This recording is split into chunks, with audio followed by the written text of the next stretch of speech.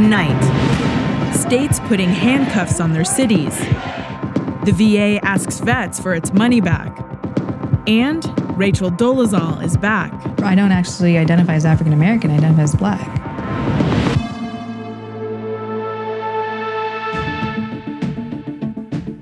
Russian opposition leader Alexei Navalny was handed a 15-day jail sentence for disobeying police orders. Находясь здесь, в Тверском суде, что люди не получили своих ответов на вопросы про коррупцию. Поэтому они будут выходить на улицы и дальше. Я буду призывать их выходить на улицы и дальше. On Sunday, Navalny led Russia's largest anti-corruption demonstrations in 5 years. Police arrested more than 1,000 people in Moscow alone for participating in the banned rally.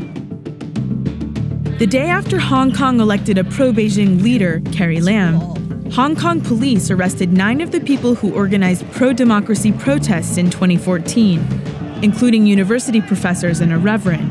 The so-called umbrella protests were huge demonstrations that demanded free elections independent of Chinese influence. Attorney General Jeff Sessions made a surprise appearance at the White House's daily press briefing.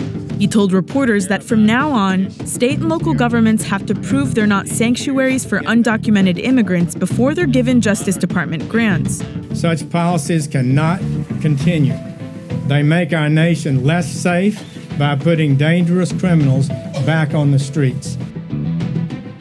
President Trump's son-in-law and senior advisor Jared Kushner has agreed to testify about Russian interference in last year's election. The White House says it doesn't know if that hearing will be public. So he doesn't believe he owes the American public an explanation. For what? Doing his job? Meeting with? But you're acting as though there's something nefarious about doing what he was actually tasked to do.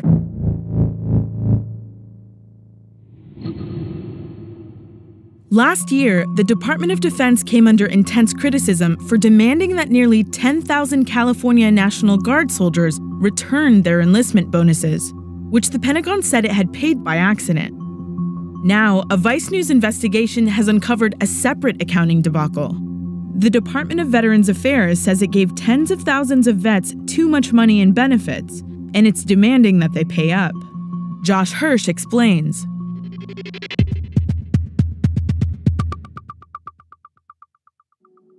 In June of last year, Tad Steckler got a letter in the mail. It told him he owed the VA more than $10,000. He'd been overpaid in benefits, it said, but it didn't tell him when or how. 2 months later, he got another letter that told him his debt had actually been miscalculated, and now he owed the agency $21,000. The next month, his entire disability check was withheld. It turns out Steckler wasn't alone. The VA sent more than 186,000 of these letters last year, telling veterans that they owed money to the government. The number of these letters sent out by the agency each year has nearly tripled since 2013. But these debts don't make sense to some veterans who argue that the VA hasn't provided them with enough information to determine whether they were actually overpaid, or if the VA created the debt in error. They also say the VA's process for appealing these debts is a bureaucratic mess, and that it's been virtually impossible to get answers before the VA starts withholding funds. I served 22 years in the U.S. Army as a combat engineer specializing in explosive demolitions. When I got the first letter, I was honestly in shock. I thought it was just one big mistake. Once we got notified of the debts, every single officer or individual we have spoken to has yet to give us a full accountability of who, what, why, when, and where. A couple years ago, the VA took a lot of heat for their backlog in processing claims. Now they say their efforts to reduce that backlog is one of the reasons they've suddenly turned up so many overpayments. In processing the claims, they took another look at the data and noticed discrepancies. Essentially, in trying to solve the problem of a backlog, the VA created a new one. The VA wouldn't tell us how much the average veteran currently owes, for example. But they did tell us there's no limit to how much they can ask a vet to repay, and no limit on how far they're willing to go back to collect an overpayment from a veteran.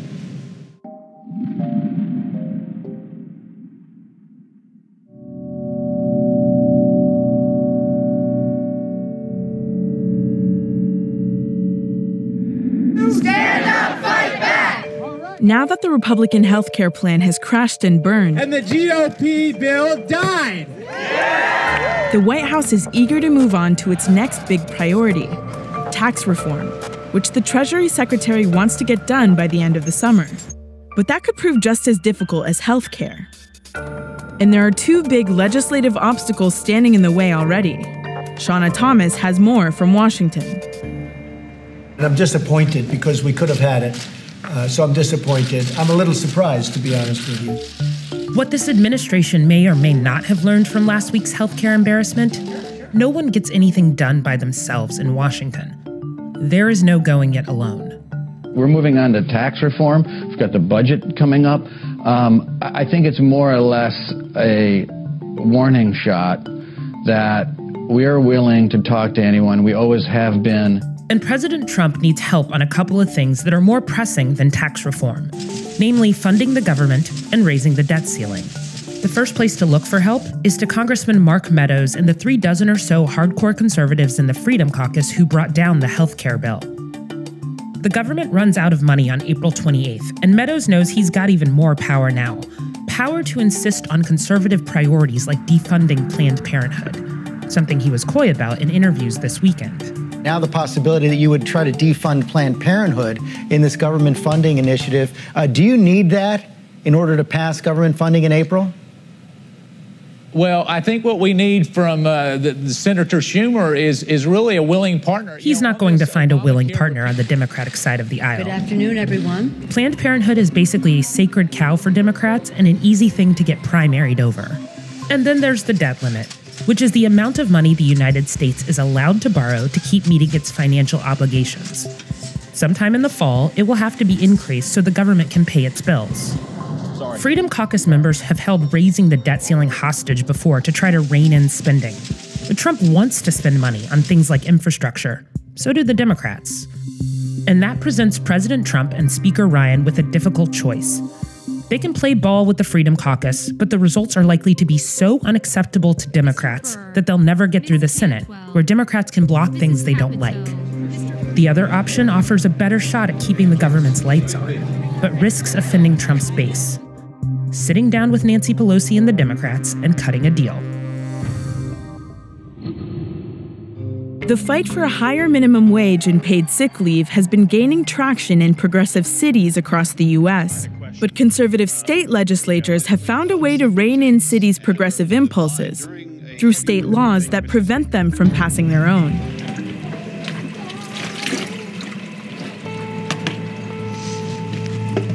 Let me show you something. Hold on. Gotta put a little more elbow grease. A good teamwork. I live in Minneapolis, Minnesota, South Side. I did McDonald's for 9 years. I was working for pocket change, actually real money, because my pay started out at $6.50, and it took 9 years to make it to 11. In the 9 years that Christina Cortez worked at a McDonald's inside a hospital, she wasn't able to take a day off when she had the flu. If you ever got sick or if your daughter got sick, how did you handle that? If I got sick, it was no calling off. If I did try to call off, they would tell me, no, you have to come in because we don't have nobody to cover your shift. When Minneapolis passed a bill giving residents paid sick leave, Christina was relieved. As a member of an advocacy group, she attended meetings, did interviews, and rallied colleagues around workers' rights. The efforts had finally paid off. Why did you get involved? I mean, what did you want to accomplish? I want to have a voice so that they know that we need this to be for every business and not just some businesses. But Republicans in the state legislature introduced a bill that would strip cities' ability to create their own labor laws. If passed, it would kill Minneapolis's paid sick leave law before it goes into effect in July and prevent local minimum wage hikes.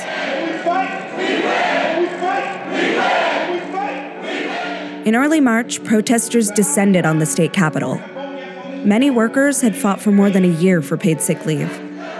I've done a lot of these. I done spoken at a lot of rallies. I done testified a lot of times, sitting in front of council members and state members, letting them know that this is not something that we're just asking for, that we want. This is what's needed to make our community better. The bill's sponsor, Representative Pat Garofalo, says he simply wants to clarify existing laws.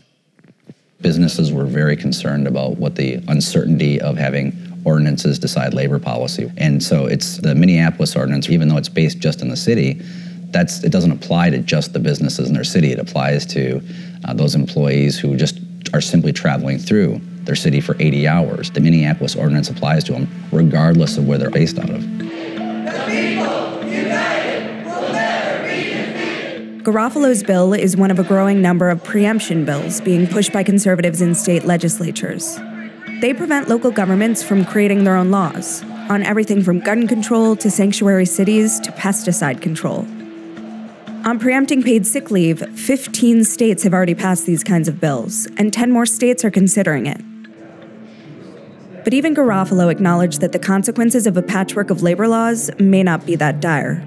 I know that some of those companies did speak out against sort of the patchwork at the hearing that you held, but have any of them threatened to leave the state? But I think businesses are hesitant to base all their decisions off of one public policy. Certainly if there's uncertainty and they don't know where things are going, there's the potential for consequences, and we want to avoid that. The bill is moving through the Minnesota legislature at a fast pace. The Republican-controlled State House passed it this month, and the GOP-led Senate is expected to take it up soon. While Democratic Governor Mark Dayton will probably veto it, Republicans will likely look for other ways to push it through. But to Christina, all the legislative maneuvering just means that lawmakers are ignoring the realities of her life. Minnesota actually needs sick pay days, and we also need a 15 an hour. People shouldn't have to be forced to work 3 jobs to support their family and housing, because I'm tired. I'm kind of starting to give up on the struggle of not having nothing.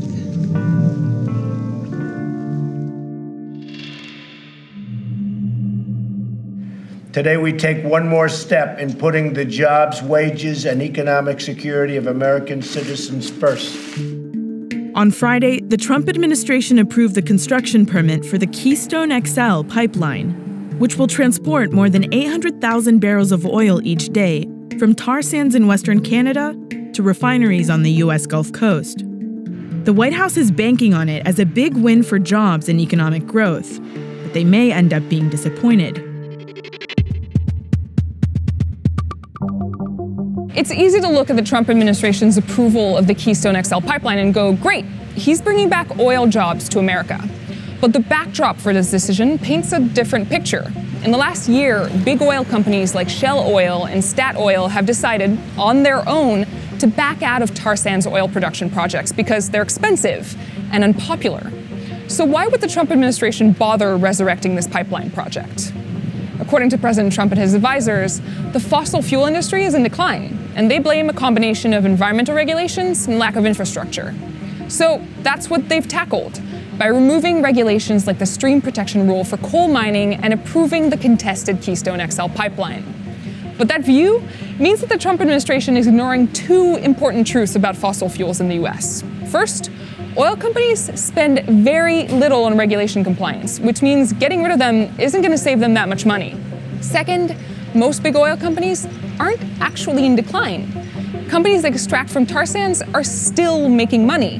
They just aren't generating the kind of capital that allows for expansion because oil prices are too low. Right now, 1 barrel of Alberta oil goes for just under $40. To make major new projects possible, that number would have to hit around $80 per barrel. That means oil prices need to go up, and the most direct method to achieve that is to slow down production, which brings us back to the Keystone XL pipeline. By approving it, President Trump is essentially trying to fight having too much oil with even more oil.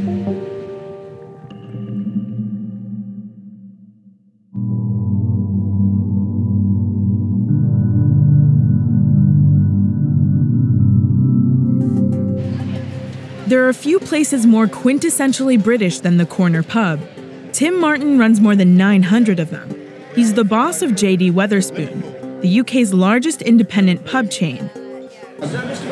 Yes. Great brand. Thank you very much indeed. Nice of you to say so. But unlike most British business leaders, he was a vocal supporter of Brexit, which the Prime Minister will officially launch this week. Hind Hassan spoke with Martin as the divorce proceedings get underway. Theresa May, the Prime Minister, has said that Brexit means Brexit and it means a hard Brexit. Are you still confident that you made the right decision? I'm completely confident that the right decision was made because democracy equals prosperity and freedom. And wherever you are in the world, democratic states have done better than non-democratic ones. And the EU is becoming increasingly undemocratic. Democracy is a word that you're using constantly. Will it really be some amazing utopia of economy and democracy when the United Kingdom leaves the European Union? Democracy certainly won't give you utopia. But as Winston Churchill said, it's better than the alternatives. Tim's pub empire has made him a wealthy man. His 30% stake in Wetherspoons is thought to be worth $324 million. During the Brexit campaign, Tim became famous for spreading his politics on beer mats. He distributed 500,000 of them last year to encourage Wetherspoon patrons to vote out of the EU. But he's not your standard Brexiteer. He departs from many in the pro-Leave camp by being a strong supporter of immigration, providing it's at a moderate level.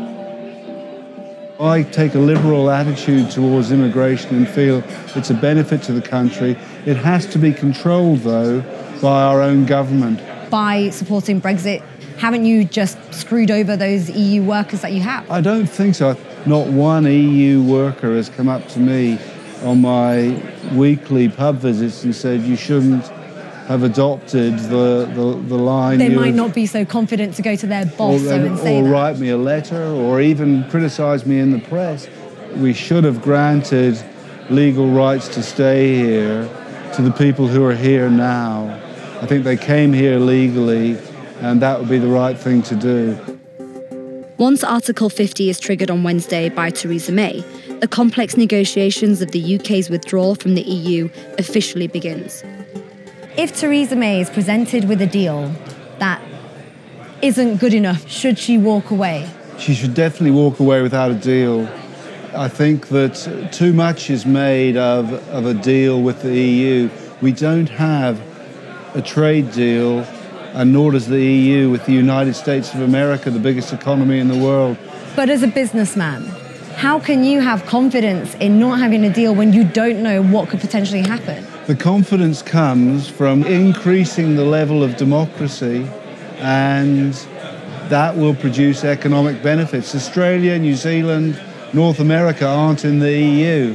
It's not causing them a problem, it's the opposite. It's a benefit.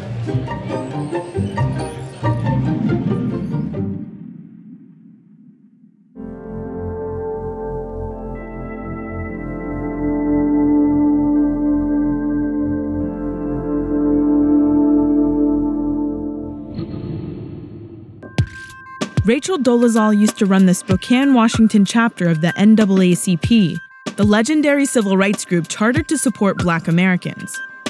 But Dolezal isn't Black. She just identifies as Black. Are you African American? I don't understand the question. Are your parents, are they white? And when that fact emerged in 2015, she lost her job and got famous as a national laughingstock. Dolezal has legally changed her name to Nkechi Omare Diallo, but she's using the name that made her famous to publish her new memoir in full color. Dexter Thomas went to Spokane to meet her. So really? Yeah, I think he's a little too radical. Martin Luther King has been so sanitized that some people don't even know that he has anything else that's radical. Since the controversy, Rachel Dolezal has been spending her time at home in Spokane, Washington, trying to rebuild her life. Now she's hoping to tell her side of the story through a new book. What's the point of the book, would you say? I really wanted to kind of set the record straight, subtle things that have been misconstrued about my life and document my personal journey and how things fit together for my sons. And I know you're aware of this, but there's a lot of Black people who feel like what you're doing is selfish. Mm-hmm. I mean, it's almost like if you got voted off the island, shouldn't you just go? Did I get voted off an island? You tell me. It's kind of a manufactured frenzy and controversy that got stirred up in 2015, right, by white media, the white parents, the white police. You know, like those were the people that instigated that controversy. So basically you're saying this is basically black people being mad at you is a white conspiracy. Based off of a white narrative about me, yes. In her book, Rachel Dolezal puts a lot of the blame for society's view of her on her family. 2 years ago, she was preparing to sue her brother Joshua Dolezal for allegedly molesting her younger adopted sister. According to criminal charges, the victim claimed the abuse occurred over multiple years and included forcing her to perform oral sex on him. But then, her parents appeared on TV. It's Rachel creating her own reality. She did not say those. It was just completely heartbreaking that that case actually got shut down because they went on a whole national media circuit with CNN, ABC, NBC, Fox News. They did every major network, and my credibility was shot. So the case got dropped? The case got dropped. So basically what you're saying is your parents saved their oldest white son from being locked up as a child molester. And from their actions, a young black woman suffered. I mean, that was like the tragedy that nobody saw. The charges against Joshua Dolezal were dropped by the prosecutors in 2015. When reached by Vice News for comment, Dolezal said, "The lies my sister tells about me and my family are obscene, and that celebrity is still her goal, not social justice." I'm hoping that with the release of the book and getting my true story out there, I'm able to rebuild enough credibility to where we can get that case, brought back. Rachel Dolezal is also hoping that her memoir, In Full Color, will start a conversation about how we think about race in America. What is whiteness or blackness, or, what does it mean to fall in between, or in what ways are we who we are? I'm not part of that owning, praising, living whiteness. Like, that's not me. Well, being able to distance yourself from that is kind of a privilege, right? Being able to say, you know what, I don't want anything to do with the whiteness. Distancing yourself from privilege is privilege. When the police show up, I can't say, whoa, whoa, whoa, whoa. Just so you know, I'm not black. I'm actually white. It doesn't work that way. Part of me wonders, are people actually saying you have privilege and you've been privileged, or are people more interested in just calling me white? Dolezal says that because of all the negative press, she's been having trouble getting a job. So a lot of her income comes from a side hustle she's had for a long time, doing black hair. She says she's one of the few people in Spokane who can do black hair, and she still has loyal clients. She's also selling her artwork, which is something else she's been doing since she was young. But recently, she's been having trouble doing that too. This is kind of all pieces of recycled magazine paper. Right now I'm pretty broke, so I can't afford a lot of paints. She hopes her art can serve as a medium for people to better understand her and her identity. So the concept here is saying, I don't care what color Rachel is, I don't care if she's blue or purple or green, I just care about the work that she did. Of course, nobody's blue or purple or green. Right. But I painted these like I'm still me in every single piece. Dolezal is launching her book tour in South Africa. She says the climate there is more receptive to the ideas of racial fluidity and self-identification. Some of the freedom fighters there from the Mandela era are working for a non-racial South African society. They're bringing me down there because they're just like, we want to have this conversation. And do you think we're ready to do that here too? People just are, not ready to progress and evolve and move forward on the issue of race. And I think part of what's holding that up is there's still this sense of like a score needs to be settled. We still haven't had reparations. We still haven't had like this healing, truth and reconciliation kind of stuff. If we had reparations, would you be getting a check? No, I'm not. I don't actually identify as African American. I identify as black. Like, would somebody who moved here from Nigeria get a check? No. There's a Pan-African diaspora, so I'm part of the Pan. We all go back to Africa. We all have a black mother eventually. That's Vice News Tonight for Monday, March 27th.